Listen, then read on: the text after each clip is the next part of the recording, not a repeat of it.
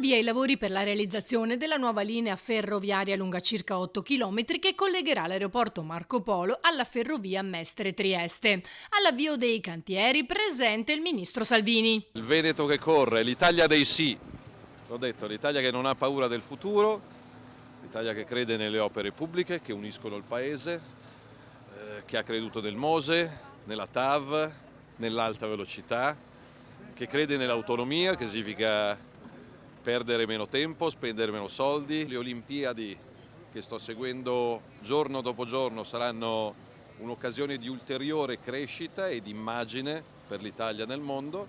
L'obiettivo è di aprire il collegamento ferroviario col Marco Polo entro il dicembre 2025, dunque in tempo per le Olimpiadi Milano-Cortina del febbraio 2026. Un nuovo rinascimento, non siamo più periferia dell'impero, ma soprattutto siamo l'unico aeroporto che avrà una stazione passante che ci permetterà di avere un treno ogni 15 minuti, il che la dice lunga sui servizi che garantiremo a tutti i nostri visitatori che addirittura durante le Olimpiadi potranno salire in treno e arrivare direttamente a Calalza. Questo lavoro noi l'abbiamo seguito insieme alla Regione, insieme allo Stato, insieme a Ferrovie dello Stato, a Save, insieme ai tecnici, con grande precisione. Lo dico a tutte le persone che possono avere paura della cantierizzazione, che in effetti è stata una delle cose che abbiamo guardato più di tutti. L'opera, che vede come committente Rete Ferroviaria Italiana, prevede un investimento complessivo di 644 milioni di euro, finanziati per 2/3 con i fondi del PNRR, per 50 milioni da Save e il resto fondi statali. Il tracciato